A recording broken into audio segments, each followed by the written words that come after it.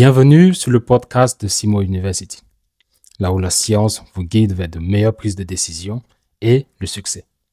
Je suis Dr Landry Simo, professeur de finance au Royaume-Uni, expert en sciences de la décision et en neurofinance, c'est-à-dire l'application des neurosciences au processus de prise de décision. Aujourd'hui, nous allons procéder à une analyse scientifique du football et allons plonger dans un aperçu fascinant de notre prochain épisode qui portera sur la finale de la Ligue des Champions à travers le prisme des neurosciences et des sciences de la décision. Pourquoi le football, ou devrais-je dire le neurofootball, est-il autant un jeu de neurones que de muscles? Je vous guiderai dans cette exploration inédite. Vous découvrirez des insights incroyables sur le processus neuronal qui influence chaque aspect du football. Ne manquez pas cette opportunité incroyable d'apprendre comment la science peut transformer votre compréhension du football et vous offrir des outils précieux pour améliorer vos performances, tant sur le terrain que dans la vie en général. Comme vous le savez très certainement, le stade de Wembley, ici même à Londres, a été le théâtre d'un véritable spectacle footballistique hier soir. Alors que le Real Madrid a une fois de plus prouvé pourquoi il est considéré comme le roi de l'Europe, les Merengues ont remporté le 15e Ligue des Champions en battant le Borussia Dortmund 2-0, en consolidant ainsi leur statut légendaire. Dans un match marqué par des moments de haute tension et des retournements de situations inattendues, le Real Madrid a su capitaliser sur ces rares occasions pour s'imposer avec brio. Le premier but est venu de Dani Carvajal, qui a ouvert le score à la 74e minute en déviant de la tête un corner parfaitement exécuté de Toni Kroos, qui d'ailleurs signait hier ses derniers pas chez les Merengues. Malgré une performance héroïque du gardien de Dortmund, donc Gregor Kobel, qui a multiplié des arrêts spectaculaires, les efforts des jaunes et noirs n'ont pas suffi pour renverser la vapeur. Vinicius Junior a ensuite scellé le sort du match à la 83e minute avec un subtil ballon piqué, mettant fin aux espoirs de remontada de Dortmund. Ce triomphe vient couronner une saison exceptionnelle pour le Real Madrid, qui a su démontrer une fois de plus sa suprématie en Europe. La maîtrise tactique de Carlo Ancelotti et la résilience de ses joueurs ont été des facteurs déterminants dans cette victoire éclatante. Le Real Madrid continue de renforcer son palmarès impressionnant avec ce 15e trophée de la Ligue des Champions, un record qui semble désormais presque inatteignable pour tous ses concurrents. Il faut dire que le Real Madrid semble avoir un droit de propriété exclusif sur la coupe aux grandes oreilles, c'est-à-dire le trophée de la Ligue des Champions. Mais au-delà des statistiques, au-delà des trophées, ce match a également mis en lumière des aspects fascinants du jeu, notamment les dynamiques psychologiques, les dynamiques neuronales qui entrent en jeu lors de moments critiques. Donc, dans cet épisode, nous allons décortiquer ces aspects en profondeur et découvrir comment le football moderne, ou devrais-je plutôt dire le neurofootball, est autant une affaire de neurones que de muscles. Donc restez avec moi pour une analyse scientifique des dynamiques fascinantes et voyez comment la compréhension du cerveau peut offrir un avantage décisif sur le terrain. Donc nous ferons tour à tour l'analyse scientifique du but refusé à Niklas Füllkrug, c'est-à-dire le but de Dortmund. Nous verrons comment la réaction des joueurs et des supporters révèle des dynamiques émotionnelles et neuronales en jeu et l'impact psychologique sur la suite du match. Nous allons également analyser de manière scientifique l'impassibilité, autant pour moi, légendaire de Carlo Ancelotti. Et nous verrons comment le calme d'Ancelotti influence son équipe et ses adversaires et le rôle crucial du cortex préfrontal dans la gestion du stress. Nous analyserons aussi la psychologie de la possession du ballon, donc l'importance de la possession dans les stratégies comme le fameux tiki-taka de Pep Guardiola et les effets sur les états mentaux des joueurs. Donc enfin, nous conclurons cet épisode avec ce que j'aime bien appeler la science de la remontada. Donc une analyse approfondie des processus neuronaux et émotionnels qui rendent possibles les retournements des situations spectaculaires. Donc, nous verrons comment ces connaissances peuvent être appliquées pour optimiser les performances des joueurs et ipso facto des clubs. Donc, restez avec moi pour une analyse scientifique de ces dynamiques fascinantes. Et vous découvrirez comment la compréhension du cerveau peut offrir un avantage décisif sur le terrain et dans la vie en général. Donc, au terme de cet épisode, vous comprendrez pourquoi je propose aux instances fêtières de rebaptiser le football pour désormais l'appeler neurofootball. Allez, c'est parti. Donc, commençons par un moment clé de la finale. Donc, le but refusé à Niklas Füllkrug à la 87e minute du match. Donc, imaginez la scène. Nous sommes à 3 minutes de la fin du match. Le Borussia Dortmund est mené de 2-0 par le Real Madrid. Donc, Füllkrug marque ce qui semble être un but décisif, mais il est rapidement annulé pour hors-jeu. Donc, à ce stade, la plupart des observateurs penseraient que l'exploit de Dortmund est perdu. Pourtant, ce but, qui a été annulé, donc provoque une explosion de joie parmi les supporters et les joueurs. Pourquoi une telle réaction face à une situation presque désespérée? Pourquoi un but de réduction du score marqué 3 minutes avant la fin de la finale d'une Ligue des Champions contre l'éternel Real de Madrid, donc l'éternel tenant du titre, qui, il faut le dire, semble détenir un droit de propriété exclusive sur ce qu'il est communément convenu d'appeler la coupe aux grandes oreilles, comme je l'ai dit tantôt. C'est-à-dire, pourquoi est-ce que ce but, qui selon toute rationnelle vraisemblance n'a aucune chance de renverser le cours du match, parvient tout de même à provoquer une telle réaction d'exultation et d'ardeur, une telle réaction de jubilation et de ferveur?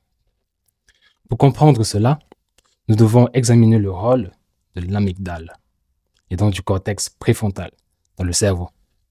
Donc, l'amygdale est une petite structure en forme d'amande située dans le cerveau limbique, c'est-à-dire le système émotionnel du cerveau, et est essentielle pour traiter les émotions, en particulier celles liées à la peur et à la récompense. Lorsqu'un événement émotionnellement chargé se produit, comme le fait de marquer un but, donc l'amygdale réagit instantanément, déclenchant ainsi des sentiments, n'est-ce pas, de joie et d'excitation. Cependant, l'amygdale ne travaille pas toute seule.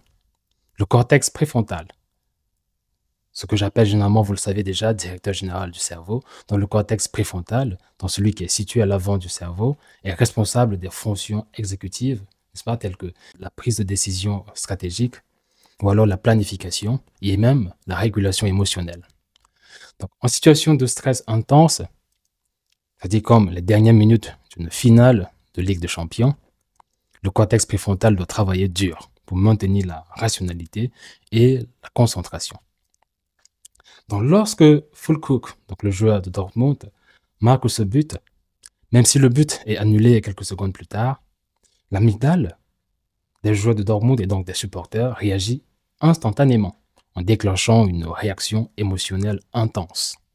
Donc, cette explosion de joie, j'entends, bien que brève, est suffisante pour perturber temporairement l'équilibre psychologique du match.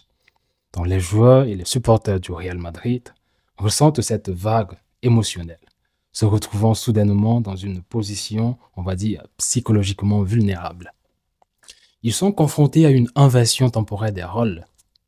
Bien qu'ils soient encore en train de mener au score, ils ressentent une pression accrue, comme s'ils étaient sur le point de perdre leur avantage, sur le point de perdre cette finale.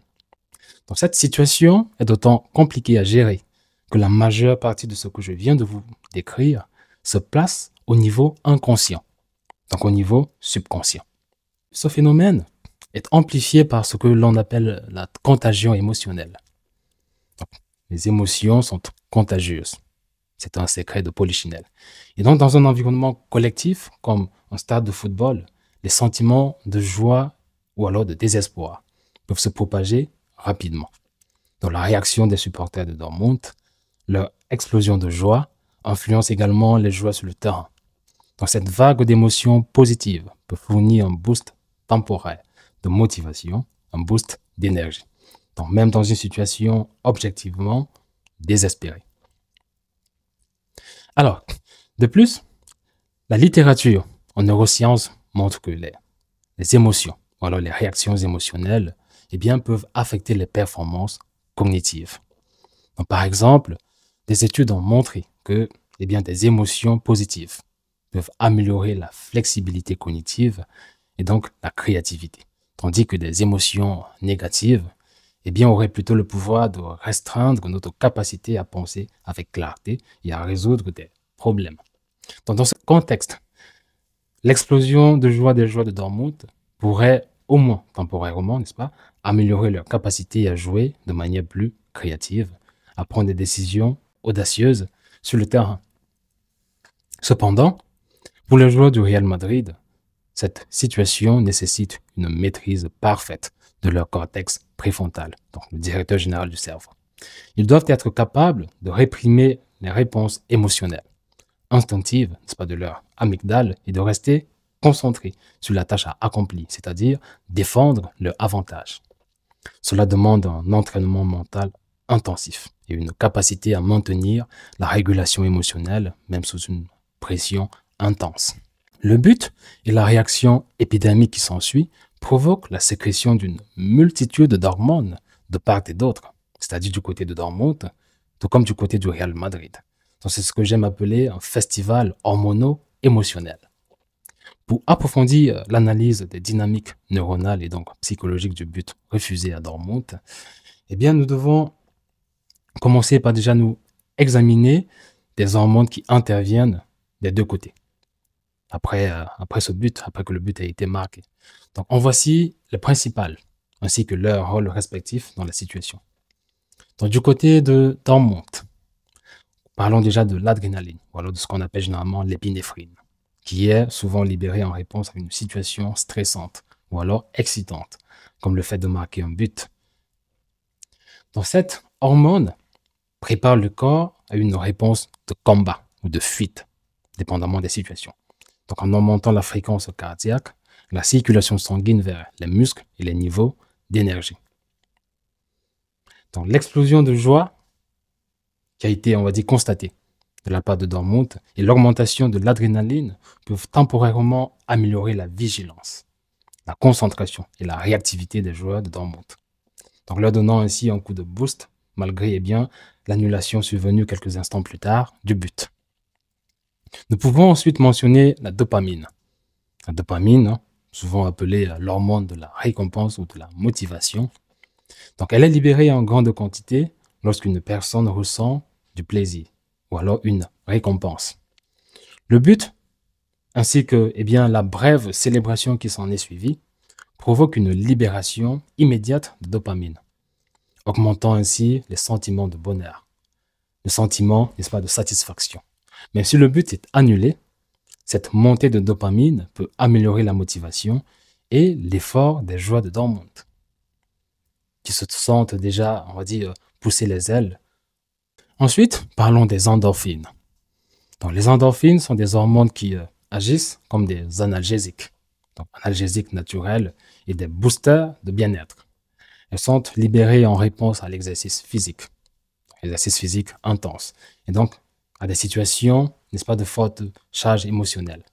La libération d'endorphines lors de la célébration peut réduire la perception de la douleur et donc de la fatigue, augmentant ainsi l'endurance et la résilience des joueurs. Mais le Real Madrid est-il épargné par ce festival hormonal? Parce que je rappelle que jusqu'à présent, on ne parlait que de Dortmund. Est-ce que le Real est épargné par ce festival hormonal, ce festival émotionnel? Eh bien, l'on s'en faut. Figurez-vous qu'il y a également des hormones qui font leur apparition du côté du Real Madrid. Parlons de cortisol.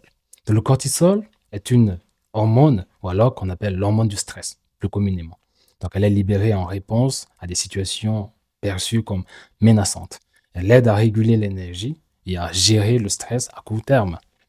Donc, après le but de Dortmund, les joueurs du Real Madrid peuvent ressentir une augmentation de cortisol en raison de la pression accrue de devoir maintenir leur avantage. Donc, le cortisol peut aider à améliorer la vigilance et la réactivité. Mais des niveaux élevés de cortisol peuvent également conduire à une fatigue mentale et physique si le stress perdure. Parlons maintenant de noradrénaline ou alors de norépinéphrine. Il faut dire qu'elle est similaire à l'adrénaline et est impliquée dans les réponses de combat ou de fuite. Elle augmente la vigilance, elle augmente la concentration, elle augmente donc la préparation du corps à l'action. La montée de noradrénaline peut aider les joueurs du Real Madrid à rester concentrés et à réagir rapidement pour défendre leur avantage. Mais elle peut aussi entraîner une tension et des erreurs si elle n'est pas bien gérée. Donc maintenant, parlons de l'acétylcholine. Donc l'acétylcholine est un neurotransmetteur qui joue un rôle dans la concentration et l'attention. Elle est particulièrement active lors de la réponse au stress et à la demande cognitive accrue.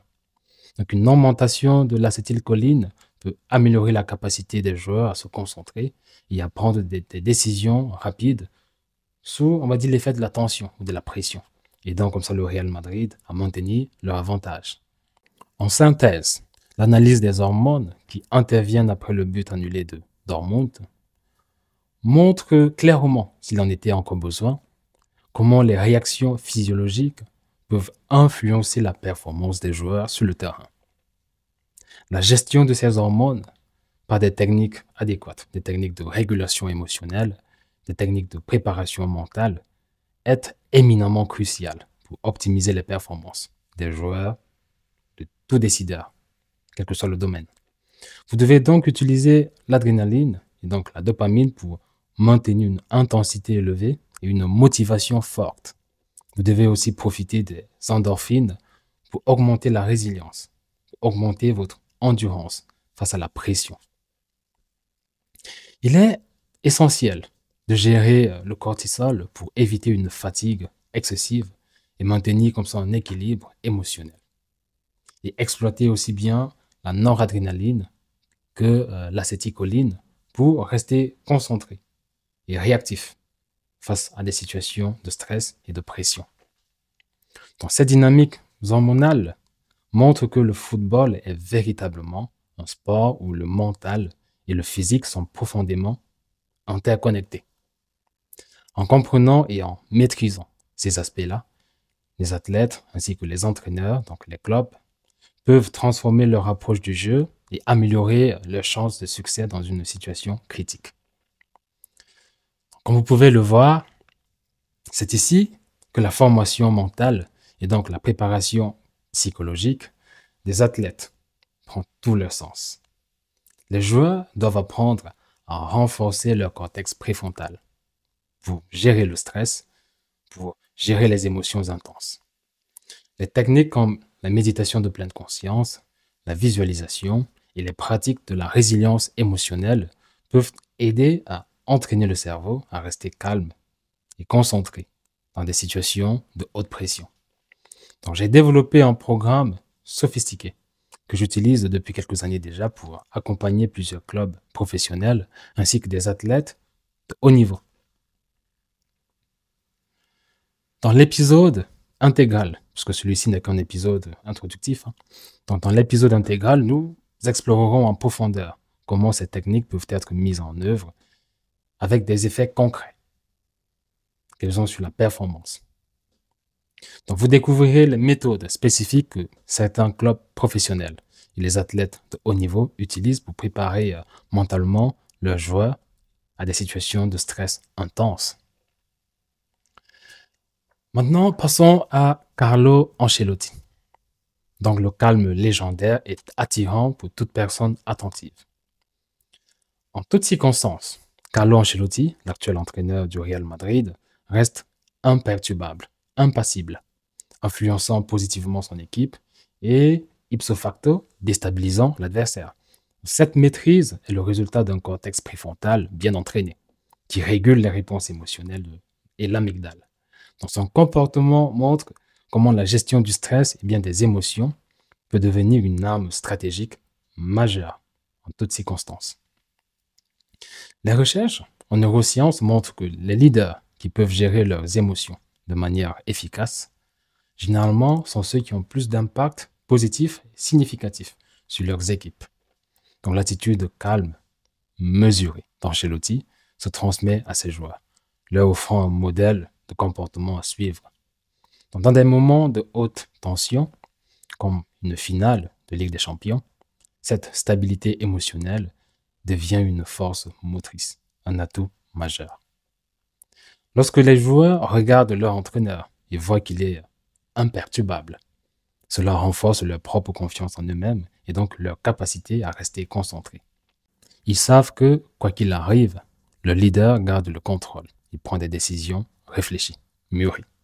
Ce type de leadership renforce la cohésion de l'équipe et donc leur permet de gérer le stress de manière plus efficace. Mais comment est-ce que Carlo Ancelotti parvient-il à rester à ce niveau-là de sérénité? Donc la clé réside dans une combinaison de formation mentale et d'expérience. Donc des techniques telles que la méditation de pleine conscience, la visualisation, aident à renforcer le cortex préfrontal. La pleine conscience, par exemple, entraîne l'esprit à rester présent et à ne point divaguer, à ne pas se laisser submerger par des pensées anxieuses, par des idées parasites, des émotions négatives. Donc, cela permet de réduire l'activité de l'amygdale et maintenir un état calme, un état mental stable. La visualisation est une autre technique puissante qu'utilise sans doute Carlo Ancelotti, peut-être consciemment, peut-être inconsciemment. En visualisant certains scénarios, les différents scénarios possibles du match, et en se préparant mentalement à diverses éventualités, il conditionne son esprit à répondre de manière calme et rationnelle. Donc, cette préparation mentale réduit l'incertitude et l'anxiété, permettant à Ancelotti de rester serein, même lorsque le match prend une tournure inattendue. Il est également important de noter que l'expérience joue un rôle crucial dans cette gestion. Ancelotti a traversé de nombreuses situations de haute pression au cours de sa carrière, ce qui lui a permis de développer une résilience mentale, une solidité émotionnelle. Donc cette résilience est le résultat de l'exposition répétée au stress et donc de la capacité à apprendre avec chaque expérience. Donc avec le temps, il a affiné sa capacité à gérer ses émotions et à maintenir un état d'esprit calme et stratégique. Dans l'épisode complet, nous approfondirons cette technique et les stratégies mentales en examinant comment Ancelotti et d'autres grands entraîneurs, d'autres grands leaders utilisent la régulation émotionnelle pour maximiser la performance de leurs équipes, ainsi que leur propre performance. Vous découvrirez des exemples concrets et des études de cas illustrant l'impact de ces pratiques sur le long terme. Maintenant, faisons un peu d'analyse scientifique de la possession de balle, la fameuse stratégie de possession de balle. Donc, examinons la stratégie de possession de balle, éminemment utilisée ou alors exemplifiée par le fameux tiki-taka de Pep Guardiola. En gardant le contrôle du ballon, une équipe impose non seulement sa domination technique, mais aussi et surtout sa domination psychologique. Donc, c'est une arme psychosomatique fatale. Les statistiques le montrent. Manchester City, sous Pep Guardiola, affiche régulièrement des taux de possession de balle supérieurs à 60%, atteignant parfois 70%. Cette domination épuise physiquement et mentalement l'adversaire, augmentant la probabilité de commettre des erreurs. Donc, la possession de balle continue impose une pression constante sur l'équipe adverse, la forçant à courir sans cesse pour récupérer le ballon, plutôt pour essayer de récupérer le ballon, ce qui entraîne non seulement une fatigue physique, mais aussi et surtout une fatigue mentale. Donc cette stratégie vise à épuiser les ressources cognitives de l'adversaire, le rendant plus susceptible de commettre des erreurs. En psychologie cognitive, cette situation est souvent décrite de surcharge cognitive, c'est-à-dire des situations où l'esprit devient submergé par des tâches simultanées, réduisant ainsi la capacité à prendre des décisions efficaces. Lorsque les joueurs de Manchester City gardent le contrôle du ballon, cela renforce leur propre sentiment de contrôle, de puissance et de confiance. Donc, cette cohésion et donc cette fluidité de jeu sont soutenues par une synchronisation neuronale accrue. Des études montrent que les activités synchronisées et répétitives, comme le tiki-taka, peuvent renforcer les connexions neuronales entre les joueurs, améliorant ainsi la coordination et la prise de décision collective. Donc, cette synchronisation est parfois mesurée par la cohésion d'équipe et donc la précision des passes souvent au-dessus des 90%, n'est-ce pas, de précision donc pour les équipes de Guardiola. Donc pour l'équipe en possession, la stratégie crée un état de flux, un concept introduit par le psychologue Mihaly, où les joueurs sont totalement immergés dans leur performance, avec une concentration accrue et une perception du temps qui devient altérée. Donc cet état de flux est associé à une performance optimale. Il y a donc une expérience de jeu agréable, renforçant encore plus la cohésion de l'équipe. Donc les joueurs dans cet état rapportent souvent une expérience de jeu où tout semble fonctionner parfaitement, chaque mouvement étant fluide et naturel. En revanche, pour l'équipe qui ne possède pas le ballon, c'est-à-dire l'équipe qui subit cette possession, la situation est tout à fait différente. Le manque de possession augmente la frustration, donc l'anxiété, et donc le sentiment de perte de contrôle. Ces états émotionnels négatifs affectent l'amygdale, donc le centre de la peur, ce qui peut interpréter la prise de décision rationnelle et donc augmente la probabilité de commettre des erreurs. Donc cela montre comment la possession de balle peut être utilisée comme une arme psychologique pour dominer l'adversaire. Les statistiques le montrent. Les équipes qui passent la majeure partie du temps sans le ballon affichent souvent des taux de faute les plus élevés, des erreurs défensives les plus fréquentes. Ce n'est pas anodin. Un exemple notable de cette stratégie est la saison 2017-2018 de Manchester City, où l'équipe a remporté la Premier League avec une domination sans précédent dans toute l'histoire de la compétition. City, cette année-là, a terminé la saison avec une moyenne de 66,4% de possession par match et a réalisé une série de 18 victoires consécutives, un record en Premier League. Donc cette saison a démontré non seulement leur supériorité, on va dire sur le plan technique, mais aussi la capacité à contrôler mentalement les adversaires. Donc les équipes adverses, acculées et souvent frustrées par l'incapacité à obtenir le ballon, commettaient des erreurs qui menaient à des buts et donc à des défaites inéluctables. Comment voulez-vous combattre un adversaire qui utilise continuellement son cerveau pendant que vous n'utilisez que vos pieds? Ceci est la question que je pose toujours aux clubs professionnels que j'accompagne. Quand vous ne vous battez pas à armes égales, donc les chances de succès sont minimes. Donc, dans l'épisode complet, nous analyserons en profondeur comment cette stratégie de possession de balle affecte les dynamiques mentales et donc émotionnelles des joueurs.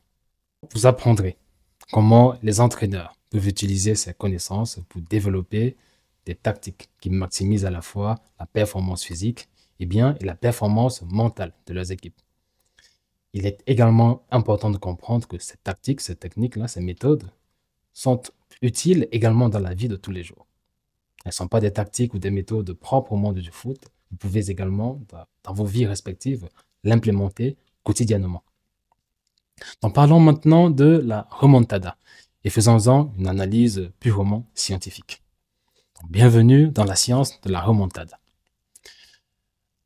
Il convient de dire que toutes les histoires de remontada dans le foot, dans le football et dans le sport en général se jouent au niveau du cerveau, davantage que sur les jambes. Donc, tout se passe au niveau de l'amygdale et donc du système 1, c'est-à-dire le système réflexif du cerveau.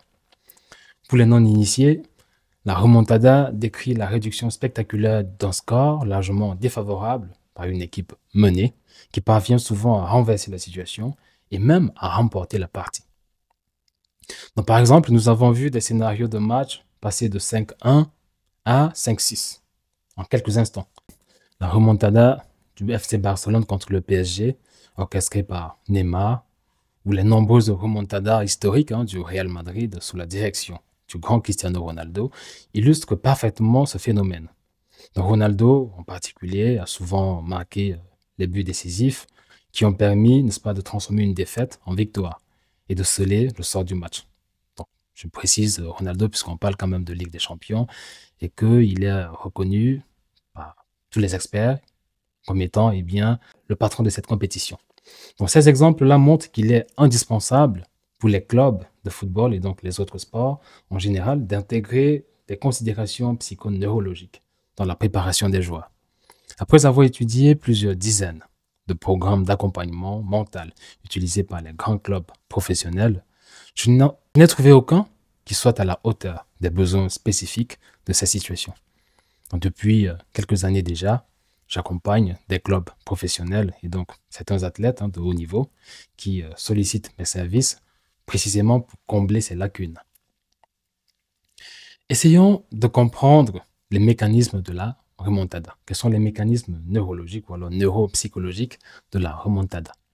Lors d'une remontada, l'absence de formation adéquate peut mener à une perte de contrôle et donc à une perte de lucidité, conduisant à ce que j'aime appeler un coup d'état amygdalien. Ce terme décrit tout simplement la situation où l'amygdale, dans ce centre de traitement des émotions dans le cerveau, prend le dessus sur le cortex préfrontal, qui lui est responsable de la pensée rationnelle et donc de la prise de décision.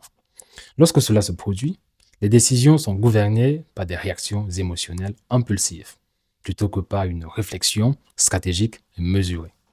Imaginez un match où l'équipe A mène 5 buts à 1 contre l'équipe B à la 60e minute. Donc l'équipe B marque un but portant le score à 5-2.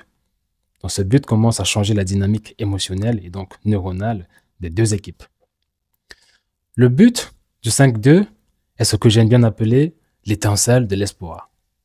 Chez l'équipe B, donc l'équipe menée, la dopamine, l'hormone de la récompense, est libérée, augmentant la motivation et la confiance. Le cortex préfrontal s'active pour évaluer les nouvelles opportunités à ajuster. Chez l'équipe A, donc celle qui mène au score, l'amygdale commence à détecter une menace, augmentant les niveaux de cortisol, l'hormone du stress. Donc cela peut entraîner une légère baisse de concentration si ce n'est pas bien géré. Maintenant arrive le but du 5-3, donc 5 buts à 3. Il se produit ce que j'appelle le renforcement de la croyance. Chez l'équipe B, la libération continue de dopamine et donc d'endorphine renforce la cohésion et la résilience de l'équipe. Les joueurs entrent dans un état de flux où chaque action devient naturelle et bien synchronisée. Chez l'équipe A, en revanche, l'anxiété augmente, provoquant une surcharge cognitive. Donc, les erreurs commencent à apparaître à mesure que le cortisol interfère avec la prise de décision rationnelle. Donc, le coup d'état amygdalien est imminent. Maintenant arrive le but du 5-4, dans le point de bascule. Chez l'équipe B, la croyance en une remontée devient tangible. Le cortex préfrontal prend pleinement le contrôle, réprimant les réactions impulsives de l'amygdale. Les décisions deviennent plus stratégiques et calculées. Le niveau de dopamine et donc d'épinéphrine sont à leur comble. En revanche, chez l'équipe A, le stress atteint des niveaux élevés, rendant les joueurs plus susceptibles aux erreurs, aux réactions impulsives. L'amygdale prend le dessus, réduisant l'efficacité du cortex préfrontal. Et arrive après le but du 5-5, donc l'égalisation. Que se passe-t-il chez l'équipe B? Eh bien, la régulation hormonale, la régulation émotionnelle et la résilience mentale sont à leur apogée. Les joueurs restent calmes et concentrés malgré l'excitation, grâce à une régulation efficace des hormones de stress. En revanche, chez l'équipe A, l'équipe qui était en train de mener, la panique s'installe. La perte de contrôle émotionnel conduit à un coup d'état amygdalien. Les décisions deviennent irrationnelles et désespérées. Donc la milice émotionnelle a pris le pouvoir sur les institutions rationnelles. La défaite n'est plus qu'une question de temps. Et voilà qu'arrive le but du 5-6, la victoire pour l'équipe B. Donc, chez l'équipe B, la remontada est complète. La maîtrise émotionnelle et donc la maîtrise mentale atteint son sommet, son apogée, démontrant une capacité exceptionnelle à gérer le stress et à transformer l'énergie émotionnelle en performance. En revanche, chez l'équipe A, la défaite est consommée. La fatigue mentale et donc la déconnexion entre l'amygdale et le cortex préfrontal aboutissent à une incapacité à réagir avec efficacité. Donc les remontadas sont rendues possibles par une combinaison de régulation émotionnelle efficace et donc de résilience mentale. Donc l'amygdale, lorsqu'elle est activée par le stress intense et donc la situation, peut générer des sentiments de peur et d'anxiété, qui paralyse la performance. Cependant, les joueurs capables de maîtriser ces réponses émotionnelles peuvent transformer cette énergie en une force motrice positive. Dans le cortex préfrontal joue un rôle crucial en réprimant les impulsions de l'amygdale, permettant ainsi une prise de décision claire et stratégique, même sous une pression intense et extrême. Donc, les techniques de résilience émotionnelle sont nécessaires pour renforcer la capacité des joueurs à rebondir après des échecs et donc à maintenir une performance élevée malgré les adversités du match. Donc, comme vous pouvez le constater, le sport, et en particulier le football, est une science complexe où les dynamiques neuronales et psychologiques jouent un rôle crucial. Donc, comprendre et maîtriser ces dynamiques est essentiel pour permettre aux joueurs de réaliser des remontadas spectaculaires et donc de performer à leur meilleur niveau sous la pression. L'intégration de ces considérations psychoneurologiques dans la préparation des athlètes n'est pas seulement un avantage compétitif, mais c'est une nécessité majeure pour atteindre et maintenir l'excellence sportive.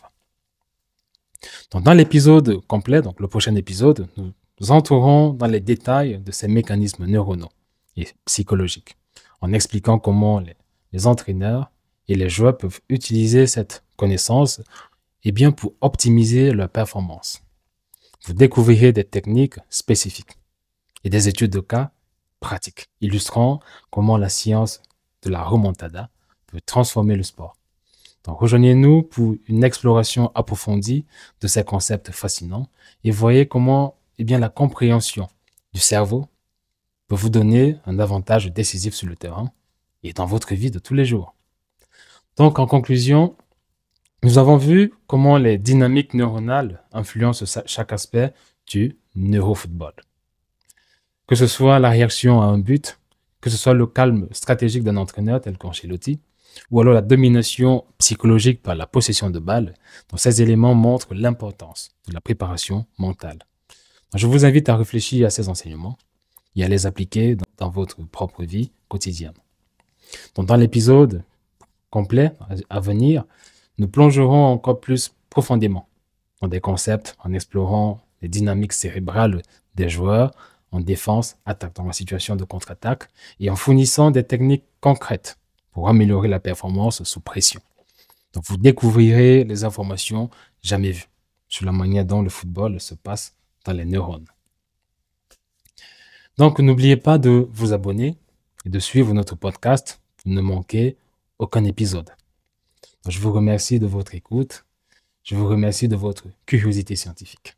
Donc, continuez de vous questionner, continuez de vous éduquer, car c'est la voie assurée du succès. Donc, que la science illumine vos vies et vous guide vers des sommets insoupçonnés. À bientôt.